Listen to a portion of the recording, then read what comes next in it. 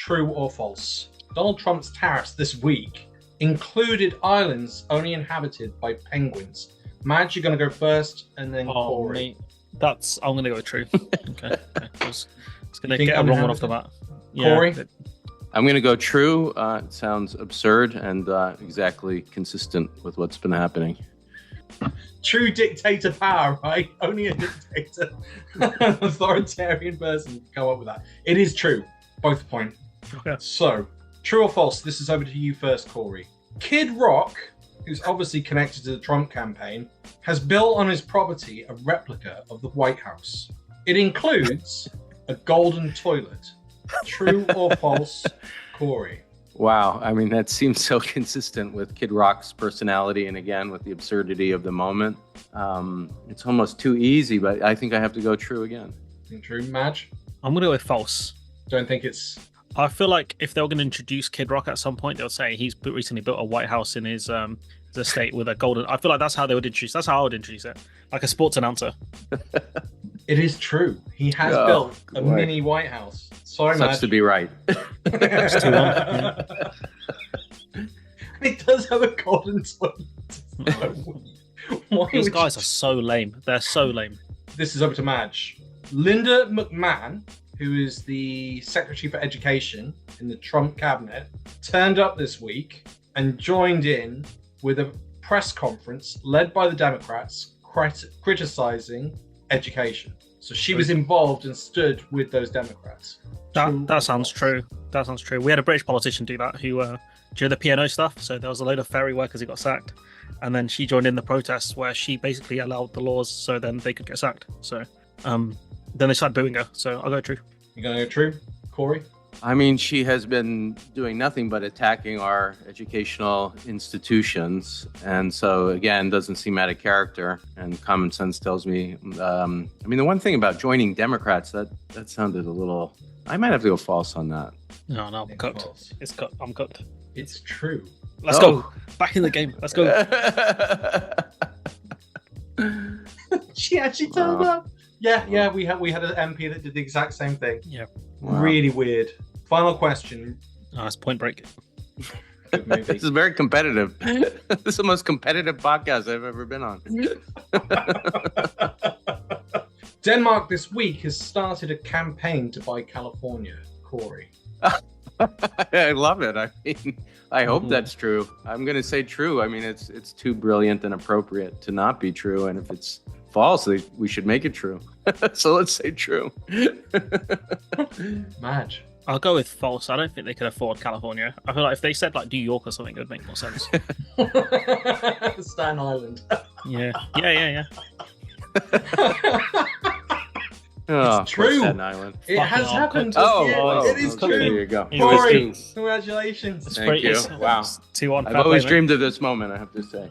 It's a big win. Crazy. You got the most outlandish statements correct. The three most outlandish questions I've heard all week. As we'll talk about, that's the theme of the moment. The most outlandish things. If it's Donald Trump, I'm just going to guess true on everything. It's like he's been to space. True.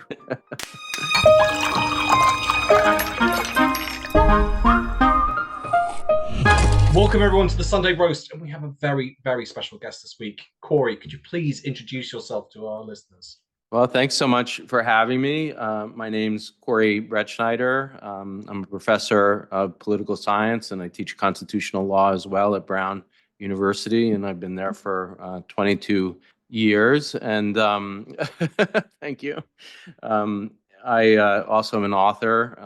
I've written some academic books about free speech and about the role of courts in democracy. But when Donald Trump ran for office, I wrote a piece for Politico called Trump versus the Constitution, a Guide.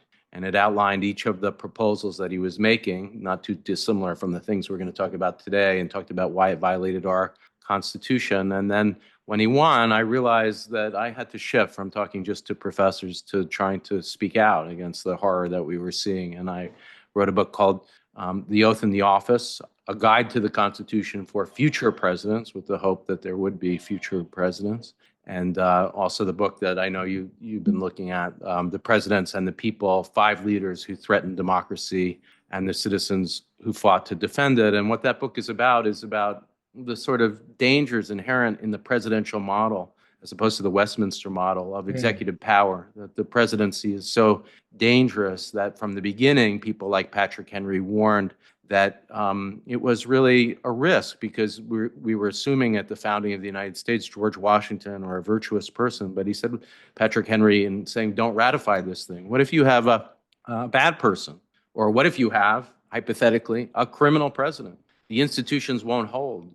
There is a danger of collapse of the system into dictatorship, into monarchy, even, Henry said. What's to prevent this person from becoming a king? They might declare themselves a king with their own power, and not the kind of good king of constitutional monarchy, but the sort of dangerous absolutist kind. And the thesis of the book is we've seen that danger emerge before Trump 5 times. People like John Adams, who shut down the opposition party, or President Buchanan, who denied really all rights to Black Americans under the Constitution.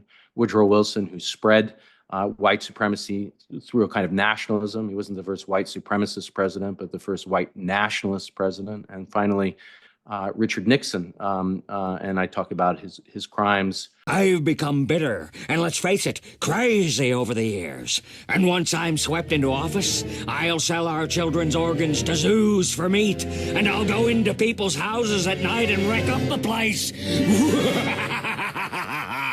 Being way beyond Watergate, really a true criminal presidency. But the hope of the book, this isn't a depressing book because it's got hope in it, is that rather than public officials, citizens fought back and reclaimed democracy using the Constitution. Courts often make things worse, but citizens engaging in politics to reclaim democracy through elections, like the election of 1800, a referendum on the shutdown of the opposition party, have often reclaimed democracy. So it's a risky system that we've got, and we're seeing it right now in the form of Donald Trump, but there also is this hope of citizens fighting back. So, that those public-facing books and the conversations around them have led me to actually also start a podcast, now 8 weeks old, but we're, I think, doing extremely well in the government category. I think we're 5 today. It's with John Fugelsang, who's a longtime Sirius XM host and was one of the original VJs on MTV. Wow. And it's called, after my first book, The Oath in the Office. And so he's a comedian as well. It's light, it's fun, like your podcast, but it also is deadly serious about the threat to democracy at the moment. So that's The Oath in the Office, and check us out. I think we have a similar vibe from what I can tell, and really glad to be with you. Thanks so much for having me on. Great intro, and yeah, like we're really pleased to have you on. Max, do you want to give yourself an intro, and then well, I can't be an intro like that, but I'll give it a go. Give it a go. I'm Big Match Studios. I run my own YouTube channel, the Big Match Studios channel. I'm not an author or a professor. I'm just a dude. I read a couple of books on like presidents and stuff, the US president, the role of it, and the one I read was Presidential Power and the Modern Presidents by Richard E. Neustadt. That was a really good book. That was really interesting. I tried to read Taming the Prince, but that was way too confusing for me. That was a crazy book. But this one I recommend if people want to learn more about like presidents and things like that. And we've got Alex, who's also a historian, has read, big nerd on this kind of stuff as well. Big nerd. I'm happy with that title. Talk about that. I was sorry to interrupt, but I talk about that book is such a major book for the study of the presidency. In fact, if I were to pick one, that might be it.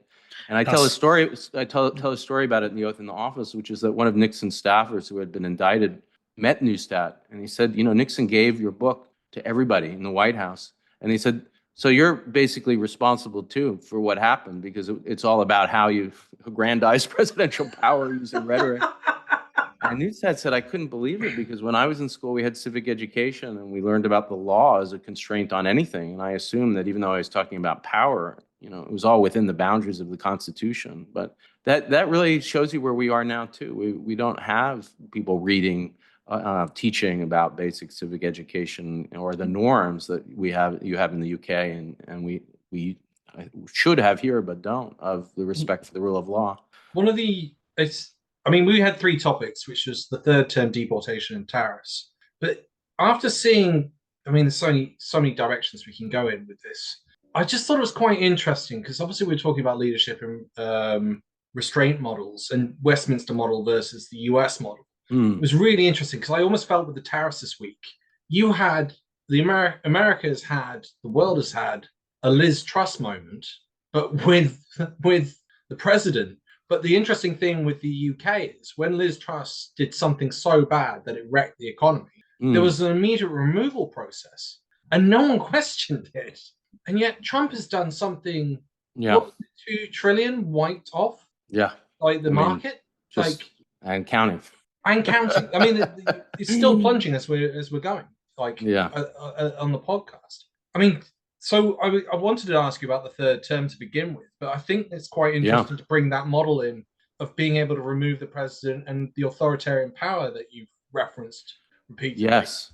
I mean, that's exactly right. There is a difference between the Westminster model and the presidential model in terms of the power of the executive. And, one way to put it, I'd say the main way, I think it's most usefully described by political scientists, and especially those who study comparative politics. That's how this idea that I'm about to introduce comes out, is looking at countries abroad, not just the United States, but those who, rather than following the Westminster model, like a lot of Latin American countries and South American countries, followed the U.S. model. There's a lack of flexibility because of the 4-year, basically the idea that in the Constitution in the United States, for instance, it's every 4 years. We don't have elections that can be called by no confidence vote, for instance, in Parliament. So what that does is it gives, and it's what you're describing, a great example of it, that it just has a lack of flexibility. And that tilts towards the top. And then when you look also at the structure of our system, the president has control of more than 2 million people, not counting the military, absolute control of the military too, as commander-in-chief, with a limited sort of formal power to declare war in the hands of Congress that's largely been abandoned. So when you combine that what your example just gets to it, that when you have a disaster, an emergency, in a parliamentary model, call an election, no confidence vote. And in the U.S., we don't have anything like that. And so it really, it's not a mistake. I talk about this in The Presidents and the People, that when you look at these models, just the rate of failure into autocracy, a kind of self-coup is the term I've been using, where the executive basically destroys the other branches and just everything collapses into the executive, into a autocracy or dictatorship. That failure, let's say, generally of democracy. You have other kinds of coups too, of course, violent coups, but the failure of the presidential model is just way higher than it is in Westminster. In fact, one study I've seen, certainly, it's multiples of failure in the presidential model. And then when you try to figure out like which presidential systems have really lasted from the beginning, the United States is one, although we're testing it right now, and Costa Rica is another, and almost all of the other presidential models fail at some point. So it really is this sort of idea of the inflexibility, the rigidity is another way to put it, of the presidential model is a real danger. That's why, I was warning from 2016 of how dangerous it is to have somebody who just disregards all the norms and, either doesn't care about them, or if he knows about them. He said, for instance, I have in Article 2, it says I can do anything I want, meaning Article 2 of the Constitution, which our podcast gets the name, and the book gets the name from. Article 2 of the Constitution's supposed to symbolize the idea of the rule of law. The president has to, in the first few seconds in office, take an oath to preserve, protect, and defend the Constitution. And that's laid out word for word in the Constitution to symbolize the idea that the law is above the person occupying the office.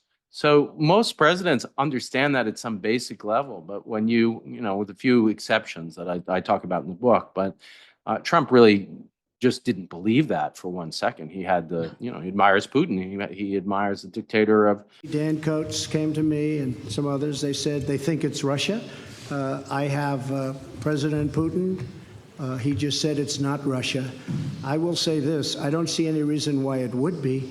North Korea has a desire to destroy the system. And that's why this is such a truly dangerous moment in American politics. We came over and I said, hey, I'm over here. I want to call Chairman Kim. And we got to meet, and stepping across that line was a great honor. A lot of progress has been made. A lot of friendships have been made, and this has been in particular a great friendship. He said the same with China, but it was a hidden recording. Someone recorded him when no one was meant to be recording, and he was talking about Xi Jinping Yes. being. Don't forget, China's great, and Xi is a great gentleman. He's now president for life.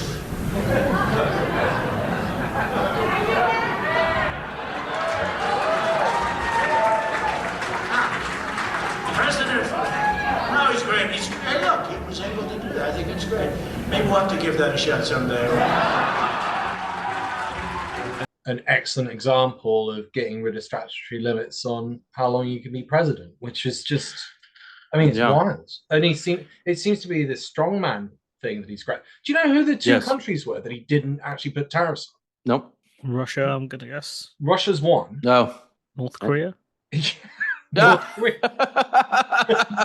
The great trading partner. Wow, that's amazing. Yeah, Russia's, I thought, wow, North Korea is even jumping the shark for him. No, the admiring, I mean, that's why, I mean, one of the things we're trying to do on the Oath in the Office podcast is to try to weave these things together. So, you know, we do talk about individual cases, and we did talk, for instance, in the episode that just came out about the question of whether or not he can run again. I'm happy to talk about it. But the danger in so much coverage, which we're not doing at all now, we're doing the opposite, is that you don't talk about the structural danger and the way that it all fits together.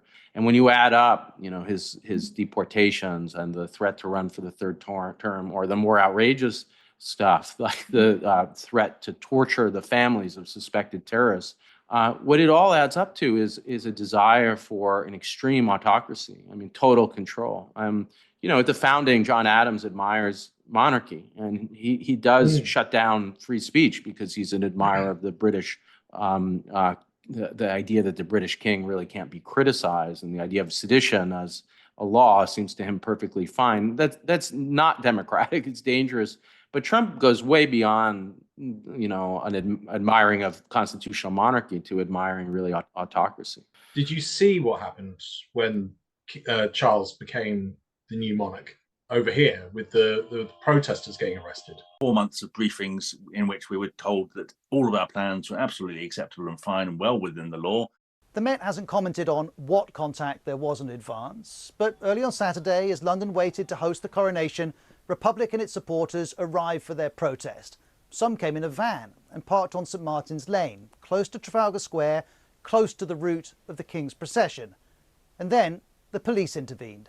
They confiscated signs reading "Not My King," and Republic's leader, Graham Smith, was arrested, as were other members of the group. The protest they'd organised would go ahead, but without them. Not my king! Not my king! And the police had an update for us. They tweeted, "Earlier today we arrested 4 people in the area of St Martin's Lane. They were held on suspicion of conspiracy to cause public nuisance. We seized lock-on devices." Later the Met confirmed there had been 6 arrests, and that the sole reason related to lock-on devices. Now that phrase connects to the Public Order Act, which was brought in last week. It introduced new criminal offences of locking on and going equipped to lock on. All of that is in response to protests like this last year, where protesters lock on or attach themselves to things to cause disruption. And this is the government's justification for the new law. In a democracy, we make policy through civilised debate and at the ballot box, not through mob rule and not by visiting chaos and misery on our fellow citizens. And the key here is that it's now a crime to go equipped to lock on.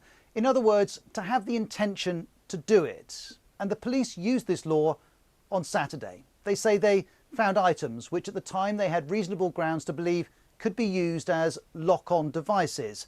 Republic says the devices were luggage straps. So they were there to strap the placards to the trolleys we had so we could very quickly and efficiently move them to where we were protesting and get out of everyone's way. Those straps were, it was physically impossible to lock on, as they call it, with their straps because they're so easily adjustable in length.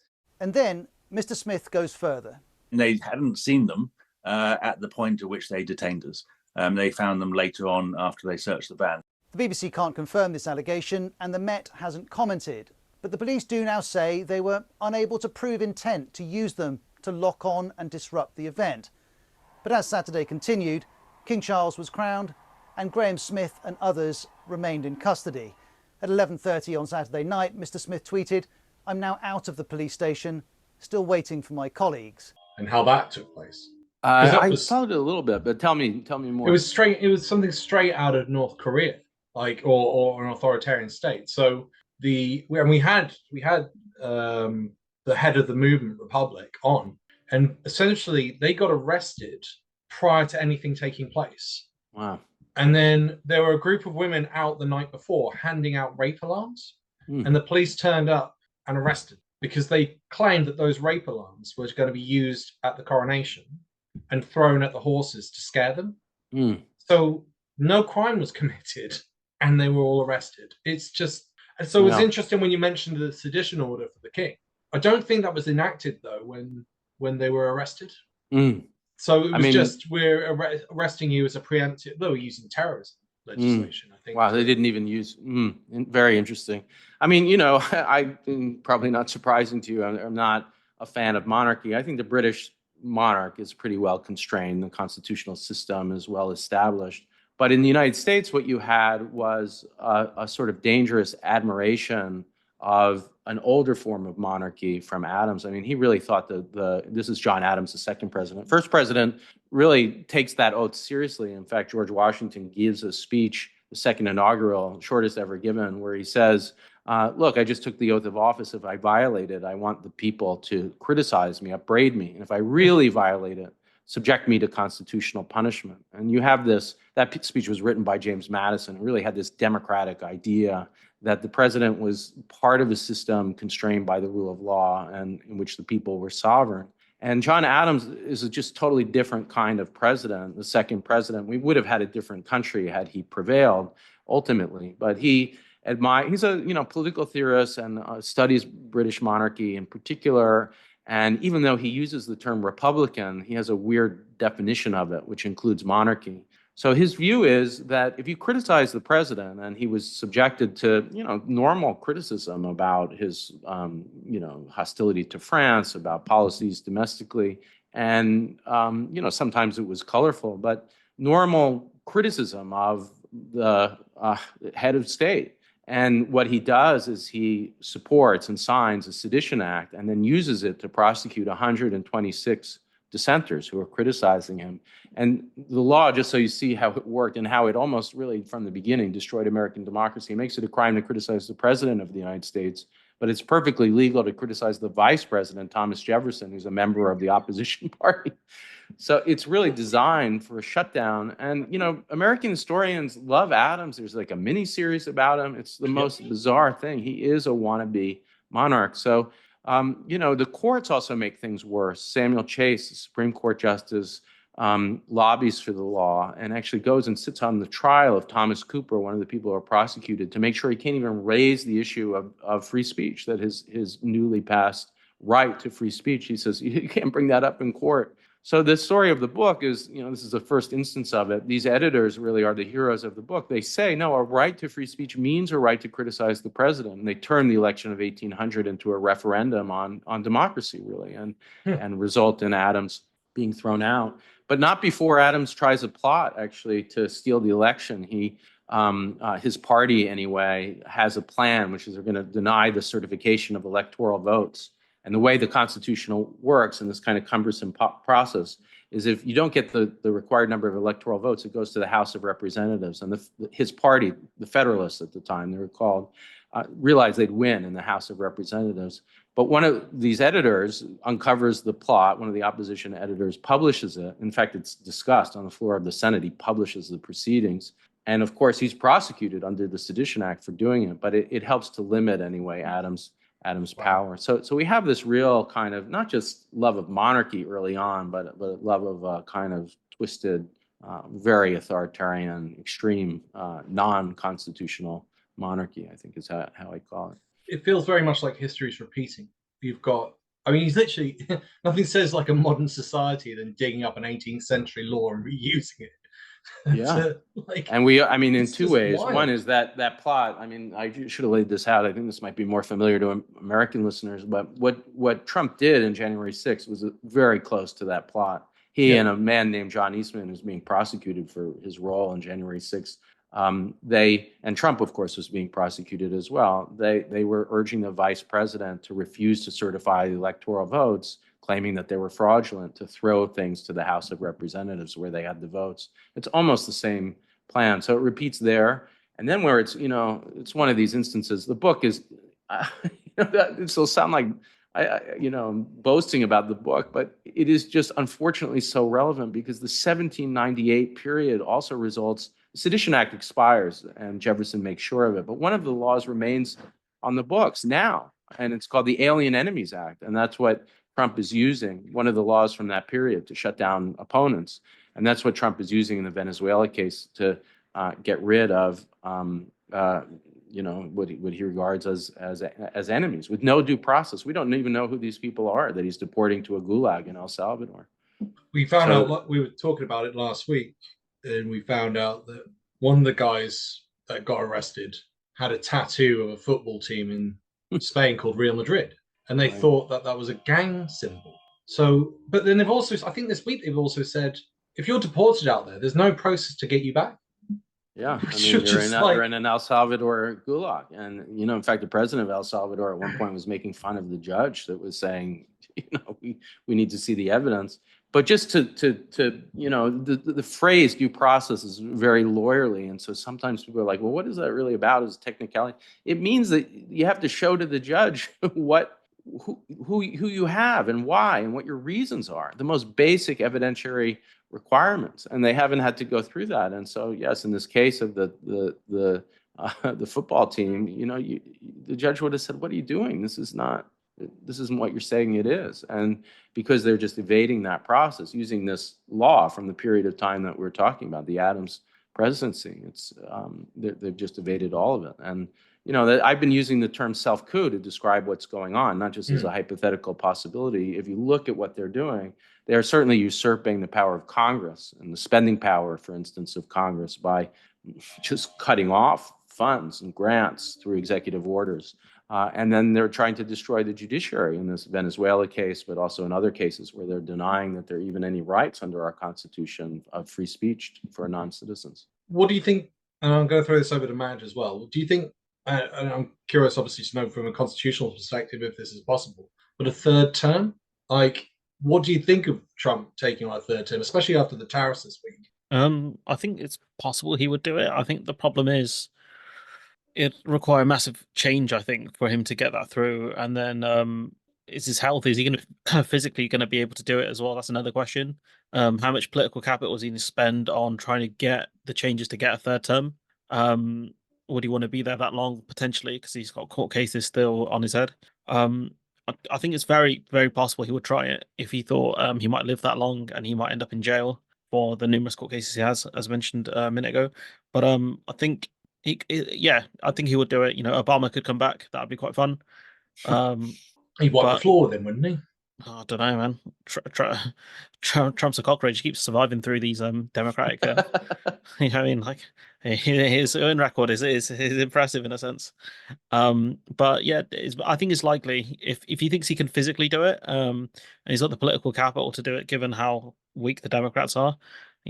Who knows? There was an estimation this afternoon suggesting that American households are going to be added because of these tariffs an extra $3,000-$4,000 a year to living costs. And I'm going, I think my prediction is going to be right. I think it is 2 years and he's lost the House and the Senate, and that's the end of that. That'll be a massive, massive blow to him. Corey, what is the actual possibility of him wrangling some sort of crazy interpretation of the Constitution and somehow being able to do a third term? I think you guys are framing it, exactly right, that his ambition, he doesn't care about what the law is. I'm going to say in a second what the law is, but his whole disposition is that he, is hostile to the idea of American democracy, and he's trying to destroy it. So, that's the first thing to see about this, that some people are saying it's a distraction, we shouldn't talk about it. Well, we have to talk about it in that context, that it fits together with all the other things that we've been talking about, that it is just a disregard for the rule of law. It's comparable.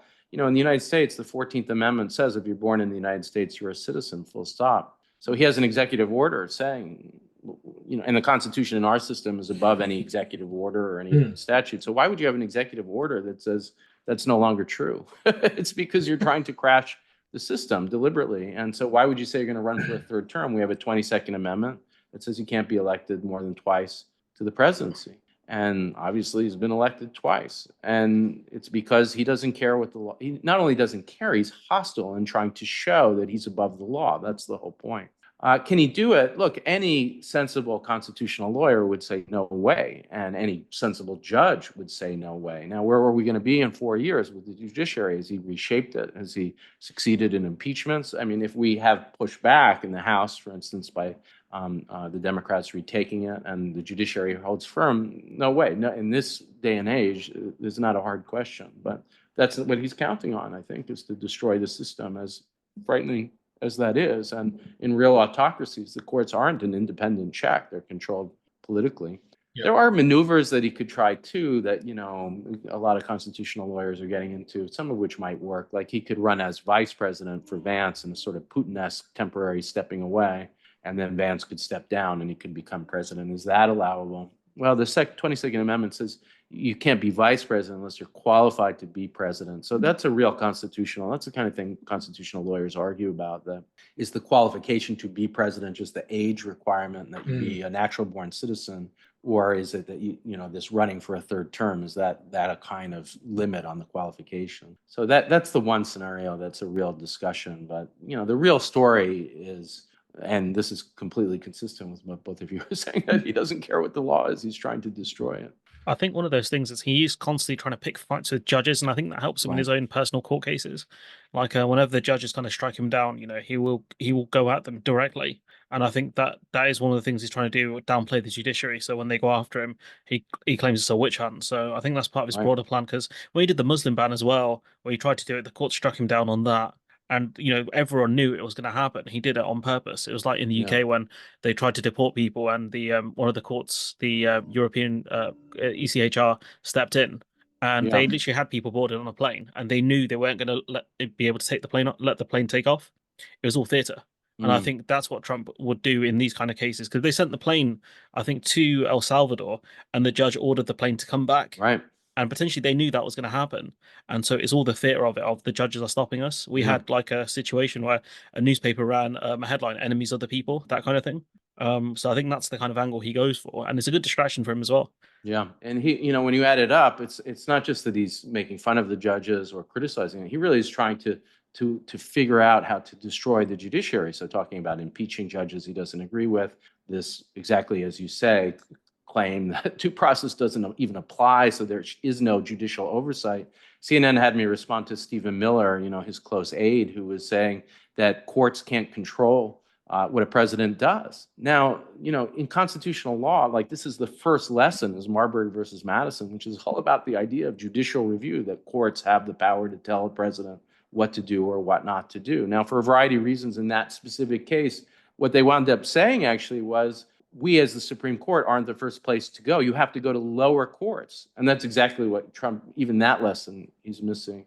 On the Muslim ban, travel ban case, I mean, that's the one case I've been heavily involved in as an advocate, that I had a amicus brief that's cited by the dissent in the Supreme Court case. But before that, as you were saying, there were many, many victories against different versions of the Muslim ban. But it's a worrying case for me because, you know, I really was a kind of pure believer that when I wrote that first book, that the courts would uphold the Constitution, and if not, there were other constitutional mechanisms short of dictatorship to keep the system in place. But that case threw me because it was so clear that it was based in hatred and what the court calls animus, anti-Muslim animus. He said it over and over again. Yep.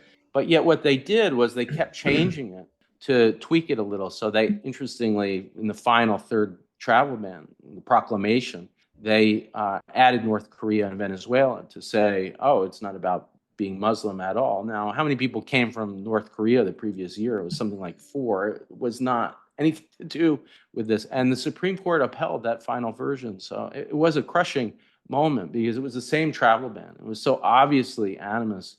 And we actually, in the brief, it's a scholar's brief. I did it with 2 colleagues at law schools, one at Cornell and one at UVA. And then you have technically a lawyer, even though it's the scholars making the argument. And the lawyer was a Kennedy clerk. And we thought strategically this is like Kennedy's favorite clerk. And so Justice Kennedy at the time, who was on the more progressive side, he'll say what's obvious, which is this is an anti-Muslim piece of hatred that is illegal under our guarantee of religious freedom, the First Amendment, and equal protection, the 14th.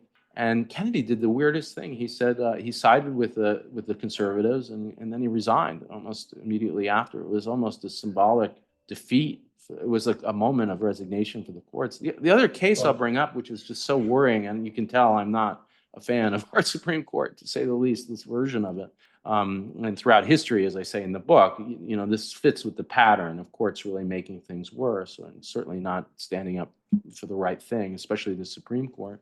But is the immunity case. I mean, so what the Supreme Court said in Trump versus the United States, this was about January 6th. He was being prosecuted by Special Prosecutor Smith.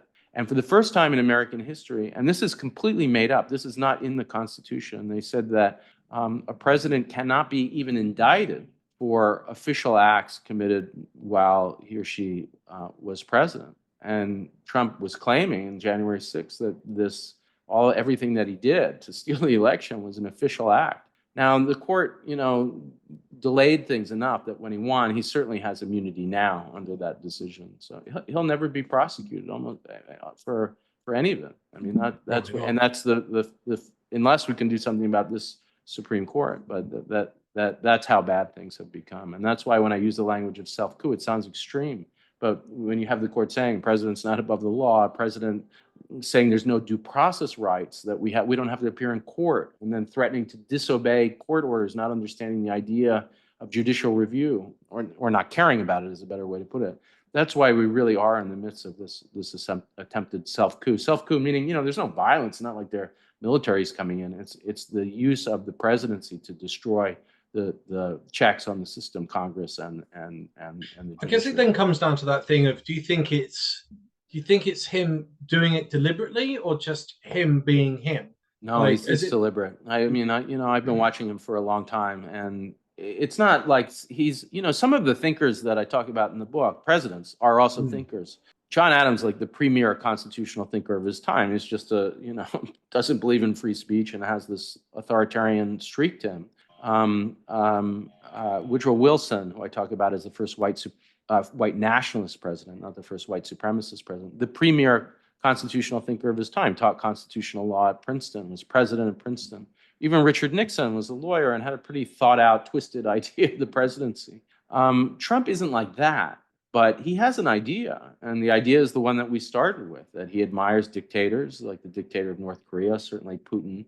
And he doesn't almost instinctively doesn't like constraints. He sees the laws, kind of like real estate law. You could buy the judge off or get around the ruling. And that leads him to a deeply held, I think, authoritarian idea of the presidency and of his own role in history. And that's what's so dangerous about it. See, we had a survey over in the UK recently asking 13 to 25-year-olds what type of leader or leadership would they like in the UK. And you take it with a pinch of salt because it's a 13-year-old, but it was also the way the question was asked. Would you be okay with giving a strong leader the ability to bypass Parliament? I think it was to that effect. There's a bit more nuance than that. So if you're 13, you might not quite get it. It might just sound like, strong leadership. We can do with that. But I think it was the majority. I think it was something crazy. Was it 60, 70% much? I think it was quite high. It was the majority. Yeah. It was the majority for sure. Said that they were okay with that. Oh. And say the age again of the 13 to 25. Wow. So you take it with a pinch of salt. Yeah. I would have thought the idea of the unwritten, I guess this is a fantasy, but the idea of a kind of unwritten constitution, constraints, in the culture that maybe aren't written down, but that are part of the culture of the UK history of constitutionalism would have been passed down. But, it goes, that story I was telling about Neustadt, I really am taken with it because, he was saying there was a period in American history where you learn civic education and you learned about, to me, what democracy, whether it be in the UK or in the US, is about is voting, of course, is part of it, but it's so much more. It's got to have a rule of law that you don't have leaders who can be autocrats. That's as fundamental as voting, and that there's a right to dissent, that you can criticize the leaders, and that I would say the other thing is equal protection of the laws. That there's no discrimination based on race or gender or sexual orientation. Those things are so fundamental, and yet all of them are under attack in the United States, and a significant portion of our population loves the attack on these things. That's what they're going for when they vote for Trump. They like the authoritarianism, and what you're describing is an undercurrent there. I feel instinctively, intuitively, like it can't be as bad because nobody's stoking it, but it shows it's possible there too. I guess there's an element which we're all seeing on social media where it's a manufacturing of fear. Yeah, that's what I've been coining it as, and it's very subtle compared to what you've had in the past, because in the past it's always been sort of top down and very clear, whereas what we seem to have now is equivalency across, not equivalency, that's the wrong term, but we have this spreading of disinformation across social media outlets that's coming from the base. Obviously, we're all aware that actually the big difference there is the fact that the base could be like Russians or people based in Israel or people based, I think one of the countries I've been told is Nigeria. So you don't really know who you're talking to, or bots, that's the other one. So you don't really know that you're hearing it from the base. I mean, this is one of the things that comes up time and time again over Brexit. We're certain that the Russians interfered. It's just that media outlets and the government don't want to talk about it. We literally had a Russian interference report, and we learned more about Russian interference in the UK through reading the US report than the UK report, because the UK report basically said no one investigated, no one checked. Yeah, Theresa May stopped it. Prime Minister at the time, she stopped it because her party was infected with Russian money, a lot of Russian money. So she stopped any investigation into it. And then all of this is compounded, of course, by and this will be obvious to all, you two and to listeners, but by Elon Musk, who bought Twitter. And when you listen to what his idea of democracy is, it's more crude than Trump's, which I didn't think was possible. But, he thinks...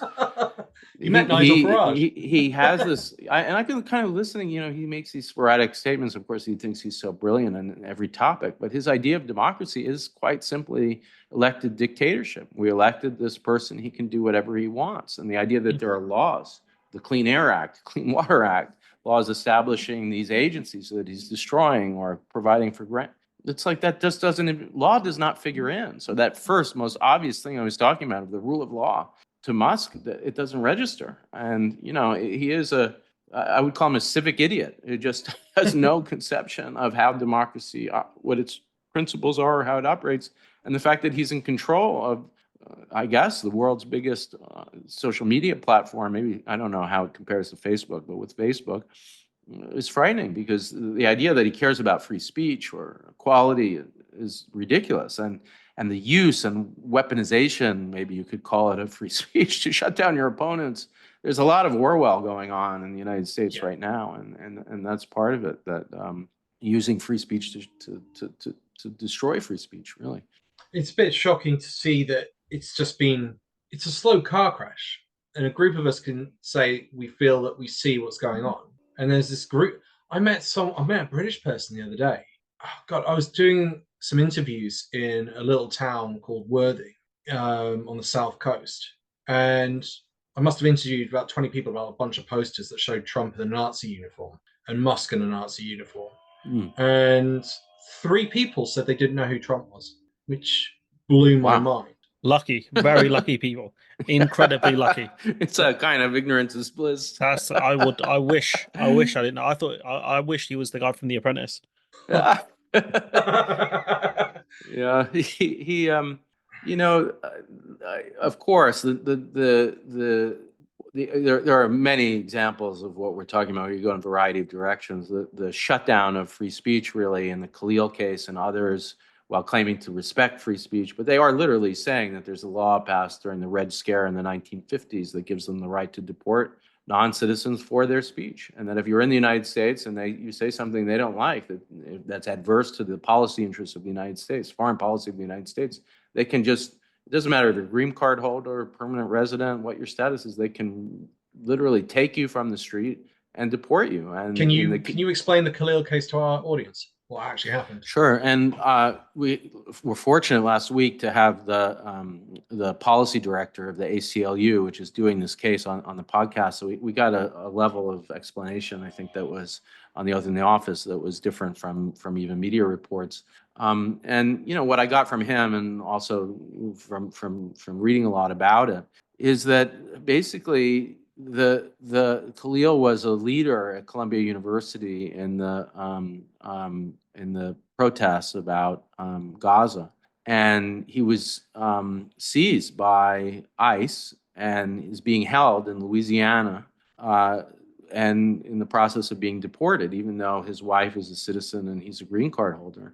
And the administration, if he had committed a crime, or there are all sorts of justifications for it, but there are actual stated justifications that and there are other cases like this, I should say. That's the most prominent and first one to come to prominence, but there are several others, including a Fulbright student at Tufts and other cases. But what they're saying is that there's a law passed in the 1950s. And if you look at the text of the law, it says that if you're a non-citizen who's engaged in activities that are adverse to the foreign policy interests of the United States, they can do this. They can deport you. Now, they're reading the activities to be not criminal activities, or not even activities, but to be speech. That if you are saying stuff out loud and protesting, for instance, you can be deported. Now, that's not what the law says. They're reading it in this extreme way. That's part of what the ACLU will argue. But to my mind, the most important thing that the ACLU, this is the American Civil Liberties Union, I should have said, which is the most important protector of rights through litigation in American history, extremely wealthy and effective. And a lot of our most important cases, law cases on behalf of civil liberties and democracy, come from them. So they most importantly are saying, and this is what's so important, is our First Amendment that we talked about in the beginning, that these newspaper editors really created in many ways, the idea that this is a right to dissent. It doesn't talk about citizens. It's a right against government interference. It's a limitation on government. So they're literally just trying to destroy the Trump administration, the idea of a right to dissent. That is what they're doing. And this case is Exhibit A. And there are other ones too, but I think that's the worst. I think there's a bit of hope in the fact that he did the tariffs this week, because I predicted in January he won't have the House and the Senate in 2 years. He'll lose the lot. And I think McKinley, 1890s, tried these tariffs, and he had a Smoot-Hawley tariffs in the 30s. So both of those completely wrecked it for the party that tried to implement them. I think it was Woodrow Wilson, your white right-wing nationalist. Didn't he get signed in? Isn't there a claim or a rumor he got signed in to the KKK inside the White House? Isn't there a rumor about that? In the presidents and the people, there's a lot of kind of discussion of Wilson as racism. But what I really show in the book, I recommend. I'm recommending my own book, but this is original research too. That the book has a lot that hasn't been uncovered. But what I actually did is, I was a graduate student. I did my PhD at Princeton in politics. And I used to take a seminar a few feet from this amazing archive that was just sitting there the whole time. And it's incredible when I found it. And nobody's written about it. But what it is a box full of Wilson's students. Their notebooks were collected by a librarian who realized that this was important. Anyway, nobody's looked at them. And when you look at them, what they really do is they lay out his deep philosophy, which is that the American presidency isn't about separation of powers or the Constitution or law. It's about national efficiency, and he admires Bismarck. Now, what's in the way of efficiency? He thinks one thing, and he calls it friction. And what is friction? It's integration. So the core of his constitutional philosophy is white supremacist. Now, when you look at going to the Klan, when you look at his history book, one of the things he did is he wrote a popular history of the United States that was sold, to school children and families. It's a celebration of the Ku Klux Klan in the 19th century, and talking about how they went too far sometimes, but they were really heroes of the 19th century. And Birth of a Nation, which this part, when you connect the dots, it's well known. He showed it in the White House. The first feature film, full-length feature was the Birth of the Nation. Was the Birth of a Nation. It celebrates the Ku Klux Klan. It's largely based on his textbook. And that isn't a coincidence. His close friend was the author of The Klansman, which is the novel that Birth of a Nation is based on. So Wilson is not just like a fan of the Klan. He's the inspiration for the movie that really results in the creation of the second wave of the Ku Klux Klan. In many ways, he's the creator of the Ku Klux Klan. So this isn't like a mild. And when you read the book, I haven't. It's interesting. Conservatives and liberals. That's the one chapter. Adams, is a great hero. So I'm trying to take down a great hero of American politics and history and people like McCullough giving out truth like that. But Wilson, when people read this, I have not had one person say anything but like, am I allowed to curse on this? Yeah, of course. Yeah, go for it. But holy shit. Yeah, Wilson's interesting because when I read the World War I stuff, I'm like, oh, this guy is so cool. He came in, helped Europe, and then like a few months later, it's like, oh shit, he's proper racist. Like, like really racist. And I was like, really? Wow, this is crazy. Like, and it wasn't, by the way, part of his thinking. It's core to it. Talking about Chuck, I was married in his house. My wife and I, when I was a graduate student, it was the cheapest place in town to get married, and we got married in the faculty club, which is where he used to live. And I was, very happy for all the reasons that you're saying, great internationalist. And now, wow, I do not feel that way. What a real stain on American history he is. The precursor to the UN, and then he's a massive racist. Yes, crazy. Exactly. Crazy. Yeah, and he didn't, he believed in democracy for white nations, but not for, what he regarded as more undeveloped people. It is a deep racism in the internationalism and certainly in domestic politics and in his view of the Constitution. But again, this wasn't unnoticed. One of the things I think that's important about the book is it's not that I discovered this. In real time, activists, the early really precursors of that, the NAACP, the National Association for the Advancement of Colored People, saw this. And so William Monroe Trotter and Ida B. Wells, these early civil rights heroes, go and confront him in the White House. And they say to him, you're nationalizing second-class citizenship. You're essentially creating American apartheid. And he responds by saying, you're creating friction. That's not what I'm doing. I'm just reducing friction. And you're adding to the friction, uses that language that I have in the notebooks.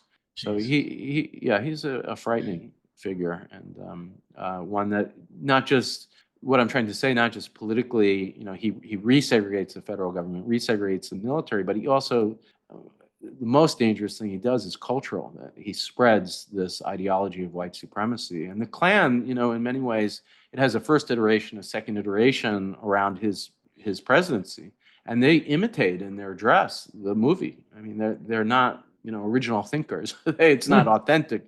They just use the costumes, and that all is, he's a huge part of it. He assures that movie will be shown throughout the United States. It's, after all, it's reflecting his textbook. Do you know the story of how Superman broke the KKK? No. In real life? I want to know. Yeah, fucking great story. So, guy in one of the southern states is aware that the KKK is embedded everywhere, in the police and the fire service and government and in the township. And he's like, God, I've got to do something to get rid of them. So he embeds it, he signs up to one of the KKK clubs and goes in and listens to what they're all saying. And Superman is taken off as a comic book during this period. So he comes up with this amazing idea of contacting the guys that were creating the comic book at the time. I don't think it's DC. I think they take over later. And Action Comics. Yes, it's Action Comics. Yeah. Good knowledge. Yeah. Marvel DC nerds love it. Yeah. So he writes to them and he says, do you want a storyline where we write about Superman infiltrating the KKK and bringing it down? Wow. And then he starts because he's attending all these meetings, he's actually embedded. He starts passing all the passwords and everything else over to the comic strip, to the Action Comics. And they start then embedding that in their stories. Wow. But the wild thing was, when the storyline started coming out, Superman was so popular, the kids were reading the magazine, and the KKK were turning up at the meetings and complaining because their kids were running around in their costumes and chased around as the bad guys. Wow, amazing. And the guys who were attending were feeling like everything that they were doing was actually really childish, with all the secret codes and passwords and everything else. So they double down and they're going, right, we've got a leak. Let's change all the passwords and then we can try and figure out who's doing this. So they change it, and the comic book just continues to print all the new Wow. passwords. Amazing. I love that story because not only is it a great story, but it fits with the theme of my book, which is, it's not courts, it's not even public officials that are the drivers of recovery of constitutional values, and anti-racism is certainly one of them. And it's the culture has to claim it, citizens. And, I tell the story of Trotter and Wells and unknown people too, like Sadie Alexander, who is a member of the Truman Commission, who really angles for the recovery in many ways of the idea of equal protection. And the cultural story of recovery from Wilson, this sounds like it's a big part of it. So great, thanks for telling it to me.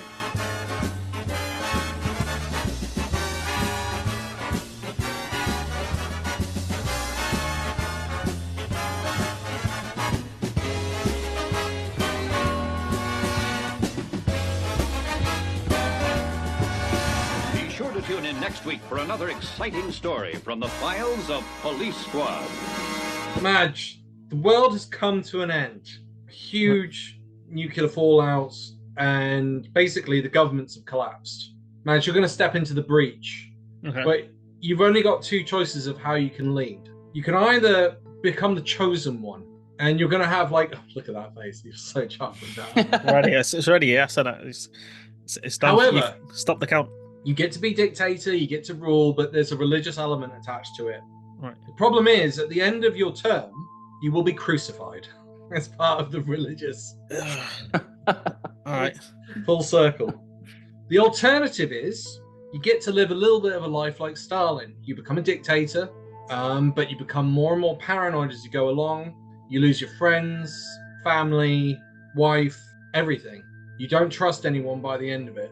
Right. Which one do you choose? Okay, now, is there any way out of the crucifixion? Can I jump off a bridge? They will save you. Whatever you try and do, you've got a bodyguard of loyalists. I'm Joseph Stalin then. I'm going full Stalin. All right. Paranoid and loyal. I'm going to kill all my best generals, then complain that my army sucks. Corey, I had to put a bit of effort into this one. You get to rewrite the American Constitution in any way you want. However, Constitution can only be accessed through an app. And the only three people that have designed the app correctly, and they get money for every time it's accessed, $8.99 every time. Musk, Trump, or Kanye West. Wow. Who do you choose to benefit? Oh, wow. I love it. You did. Brilliant. I like the idea too that there is cost to changing the American Constitution, so it's a good metaphor. Musk is so rich anyway that a little more money might not matter. So I think the first thing I'm going to do is support an amendment that I worked on with a law professor who was one of my teachers, actually, Larry Lessig, to get money out of politics.